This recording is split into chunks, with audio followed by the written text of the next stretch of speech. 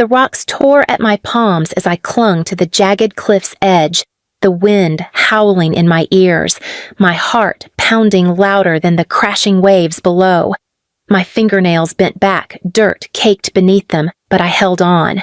"Dad!" I screamed, my voice ragged, breaking with terror. "Please, pull me up!" For a brief second, his shadow blocked the sun above me. Relief flashed through me. Maybe he would finally save me. But instead of reaching down, he bent his head, his lips curling into that familiar, cruel smirk. "You think you're worth saving?" His voice boomed against the cliff face. Please subscribe to our channel and tell us in comments from where are you watching this video. "Dad, please!" My legs thrashed against the empty air, my grip slipping. "I can't hold on!" He pressed the sole of his boot against my fingers. The sharp grind of gravel cut into my skin. Trash doesn't deserve to climb back up. And then he stomped. Pain shot through me, my scream echoing into the valley. I slipped, my body jolting downward, hanging now by 2 bleeding fingers. Above me, my sister Kaylee appeared, her glossy hair whipping in the wind. She leaned over, her laughter sharp as broken glass. "This is hilarious," she said, pulling out her phone. "Mom, come look. She's dangling like a rag doll." I turned my head, blinking through sweat and blood, and saw Mom standing a few feet back with her arms crossed, her face blank. "Let her fall," she said flatly. "Better to lose her than waste another meal feeding her." My chest caved in. They were all there, my entire family, watching, sneering, laughing while I fought for my life. Kaylee snapped photos, angling her phone to catch my desperate face. "This is going on my story," she giggled. Caption: "When garbage tries to be equal." Every second stretched. My arms shook violently, skin ripping raw against the cliff edge. The rocks below waited like hungry teeth. "Please," I sobbed, tears streaking down my dirt-stained face. "Please, I'll do anything, just don't let me go." Dad crouched down so his face was level with mine, his eyes burning with disdain. "Anything? You already are nothing. You've been nothing since the day you were born." Then he stomped again, his boot slamming into my middle fingers, snapping one back with a sickening crack. I shrieked, nearly losing my hold. Kaylee's laughter rose higher. Mom's lips curled into a cold smile. But just when I thought I was about to plummet, the ground shifted beneath me. A small pair of hands clutched at my shirt. My son, Ethan, no older than 6, had scrambled to the edge. His face was white with terror, tears running down his cheeks. "Mama, don't let go. I'm here." "Get him away from there," Dad barked, but Ethan refused. His small arms strained, trying to pull me up though he was shaking with the effort. "I won't let them drop you, Mama. I won't," he cried, his voice cracking. For a moment, I drew strength from his defiance. My hands, bloodied and torn, dug into the rock again. My muscles screamed. I tried to pull, but Dad shoved Ethan back with one harsh hand, sending him sprawling on the dirt. "You'll learn tonight," Dad growled down at me. "You'll learn that trash doesn't get second chances." He stomped one last time, ripping my grip from the stone. I fell. The scream ripped out of me as I tumbled, jagged rocks slashing across my arms, my back. The world blurred, sky, cliff, sea, sky again, until I slammed into a ledge halfway down. My body jolted with a force that knocked the breath from me. Darkness swallowed the edges of my vision, but I was alive. Broken, bleeding, barely conscious, but alive. Above, faint voices still carried. Kaylee groaned. "I thought she'd go all the way down." Mom replied coldly, "Doesn't matter. If she survives, it won't be for long. She'll crawl back up like a rat, and we'll stomp her down again." Their voices faded as they walked away, leaving me sprawled on the rock ledge, my son screaming for me from above, his little voice tearing my heart apart. "Mama! Mama, I'll get you! Don't leave me!"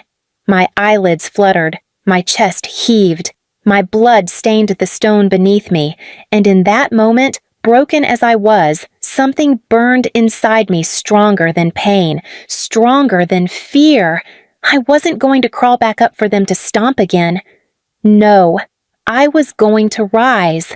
And when I did, they would finally understand what it felt like to beg. On their knees. I don't remember how long I lay there on that rocky ledge, the salt wind stinging my open wounds, the roar of the ocean filling my ears. My body was torn and trembling, every breath a knife in my ribs. I thought I would die there, but then I heard it. A sound so small yet so piercing it cut through everything else. Ethan's voice. "Mama! Mama, don't close your eyes! I'll find you!" The panic in his cry jolted me awake. For him, I couldn't give in. Not here. Not like this.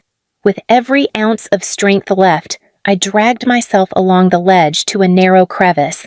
The stone tore deeper into my skin, but I wedged myself against the wall, out of sight from the cliff above. I pressed my cheek against the cold rock and whispered into the wind, "I'm not done, not yet." It was hours before help came. Not from my parents, not from my sister, but from a stranger, an older hiker who had heard Ethan's desperate screams along the trail. By the time they reached me, my face was pale, my arms torn raw, my hands mangled from where Dad's boot had crushed them. The hiker tied a rope and lowered himself, pulling me up while Ethan clung to my neck, sobbing uncontrollably. "I thought you were gone, Mama," he cried. "I thought they killed you." In that moment, I swore something to him. "No one will ever take me from you again, and no one will ever hurt you again." The hospital stitched me back together, but stitches can't fix broken trust. My parents didn't visit. Kaylee didn't call. When the doctor asked if I had family to take me home, Ethan and I exchanged a look. We both knew the truth. We had no family. When I returned to that house weeks later, scars still fresh, hands bandaged, they acted like nothing had happened. Dad sat in his recliner, beer in hand. Mom folded laundry at the table. Kaylee painted her nails. "You're still alive?" Dad grunted, not looking up. "Guess even garbage doesn't rot as fast as it should," Mom muttered. Kaylee smirked, shaking her head. "You should have just let go, sis. Would have saved us all the trouble." Ethan pressed into my side, his little hands curling into fists.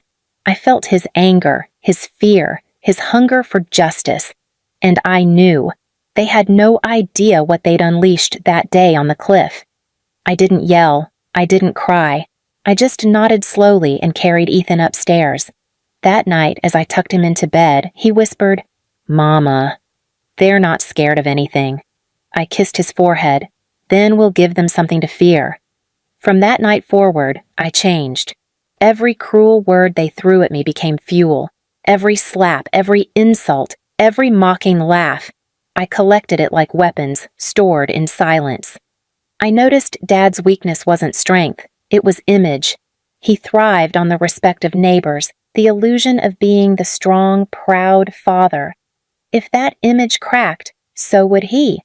Mom's pride was her reputation. She wanted everyone to think she was the perfect matriarch, the woman who raised a flawless family. The truth was her greatest enemy. And Kaylee? She lived for attention. Her phone was her lifeline. Without admiration, without envy, she was nothing but a spoiled girl with sharp words and a hollow core. So I waited, patiently, quietly. I began keeping records, not just in my notebook, but in whispers to people outside these walls, to neighbors, to teachers, to anyone who could see Ethan's bruised pride, the emptiness in his lunchbox, the truth in his eyes. At the same time, I let my parents believe I was still broken. I moved quietly through the house, head bowed, hands folded. They thought they had won. "See?" Dad said one night, smirking as I cleared plates. "Trash knows where it belongs now." Mom nodded. "Finally, she's learned her place." Kaylee leaned back, scrolling her phone, smirking at me. "Good. Maybe she'll stop embarrassing us." I said nothing, but inside I was smiling, because I knew something they didn't. They thought I'd fallen that day. But the truth? I'd been climbing back up ever since, and the higher I climbed in silence, the harder they would fall. The plan wasn't revenge in one moment. It was revenge in layers. I began to prepare Ethan for it too, not by filling him with hate, but with truth. "You're not trash," I told him every night. "You're worth more than all of them combined, and one day they'll choke on the words they threw at us." His little eyes hardened with determination. "I'll help you, Mama," he whispered. Weeks passed. My hands healed enough to grip again. My back stopped aching enough to stand tall. And with every day, the mask I wore for them grew more convincing. Until finally, the moment came. The family dinner where I would no longer be their victim. Mom announced it proudly, inviting neighbors, distant cousins, everyone who mattered to her fake reputation. "A true family gathering," she called it. Dad boasted about it at the bar. Kaylee bragged online. They had no idea they were planning the stage for their own destruction. And as I buttoned Ethan's shirt that evening, smoothing his hair, he looked up at me with wide, steady eyes and whispered, "Tonight?" I smiled. "Tonight." The house smelled of roasted meat and buttered rolls that night. Candles flickered on the table, silverware gleamed, and every chair was filled. Neighbors had come, old family friends, even Mom's church group. She'd wanted a full audience. Mom moved from seat to seat, smiling her false, sweet smile. "See? This is what family looks like," she told the guests, pouring wine into their glasses. Dad boomed with laughter at the head of the table, his voice carrying, "My family is my pride. Nothing stronger than us." He slapped Kaylee on the back like she was the son he always wanted, grinning as she beamed at the attention. "And me?" I sat quietly at the far end with Ethan beside me. He held my hand under the table, small fingers warm against mine. His eyes met mine, and I gave him the smallest nod. Tonight. Plates were served, heaping with roast and potatoes. But when it came to me and Ethan, Mom slid 2 empty bowls across the table. "You can eat later," she said sweetly, loud enough for everyone to hear. "You know, after the important ones are full." Laughter rippled through the table. Kaylee lifted her glass. "Cheers to knowing your place." For a moment, I let the laughter rise. Let them believe it was another night where they feasted while Ethan and I shrank into the corner. Then I stood. The laughter faltered. Every eye turned to me. "I brought something for dinner too," I said quietly. My hands didn't shake as I set a plain cardboard box on the center of the table. The neighbors glanced at each other, confused. Dad snorted. "What is this? Trash night already?" Mom tried to wave me down, hissing through her teeth. "Sit down before you humiliate us." But I stayed standing. Slowly, deliberately, I opened the box. Inside wasn't food. It was everything they'd buried me with. Ethan's torn sneakers, soles split open. His school lunchboxes with moldy crumbs still stuck inside. My hospital wristband from the night I was dragged half dead off the cliff. And on top, wrapped in a clear sleeve, the pages of my notebook. Every cruel word they'd ever thrown. At me, every moment I'd written down. Gasps rippled through the guests. A woman from Mom's church leaned forward, reading aloud from one page. "Trash doesn't deserve to climb back up." The words hung in the air like poison. Kaylee shot up, red-faced. "She's lying! She's twisting it!" But Ethan's small voice rang out, breaking the tension. "Grandpa stomped Mama's hands. Grandma slapped her. Auntie called me trash." His voice trembled, but he didn't stop. "They wanted her to fall." The room went dead silent. Dad roared, trying to stand, but his chair scraped back too hard. "Shut that boy up!" His face turned red, his fists clenching. "He's making stories." "No," I said, my voice cutting through the noise. I reached into the box and pulled out Kaylee's phone, the one I'd taken when she'd been drunk weeks earlier, the one she never thought I could get into. With a flick, I played the video I'd found. Her own voice filled the dining room, shrill and cruel. "This is hilarious. She's dangling like a rag doll." Caption, "When garbage tries to be equal." The neighbors recoiled. One man muttered, "My God!" Kaylee lunged across the table. "Turn it off. That was a joke." But it was too late. The mask was gone. Everyone had heard. Everyone knew. Mom's face went ghost white. Her church friends whispered furiously, their perfect image of her shattering with each word. Dad tried to pound the table, to bellow over the noise. "This family is strong! This family is—" "No," I said, stepping forward. "This family is rotten. And now everyone sees it."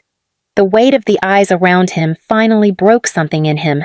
His voice cracked, his fists trembled, his breath came ragged. For the first time in my life, I saw fear in his eyes. And then he sank. His knees buckled beneath him, crashing onto the floor, his hands clutching at the tablecloth like it could save him. His chest heaved, his head bowed low, like a man begging without words. The same man who had stomped on my fingers while I clung to life now shook at my feet. Kaylee screamed, her perfect world crumbling. Mom tried to grab her church friend's arms, desperate. "Don't believe her! Don't believe any of it!" But they pulled away, their disgust plain. I gathered Ethan into my arms, his face pressed into my shoulder, but his eyes peeked out, watching. He saw them broken. He saw them stripped of the power they'd wielded like a weapon. I looked down at Dad, his broad shoulders trembling. "You said trash doesn't deserve to climb back up." My voice was steady, cold. "But here I am, and here you are, on your knees." And with Ethan's hand gripping mine, I walked out of that house for the last time. The candles flickered behind me, the laughter gone, replaced by the sound of whispers, gasps, and the broken sobs of the family who had once left me dangling from a cliff. Please subscribe to our channel and tell us in comments from where are you watching this video.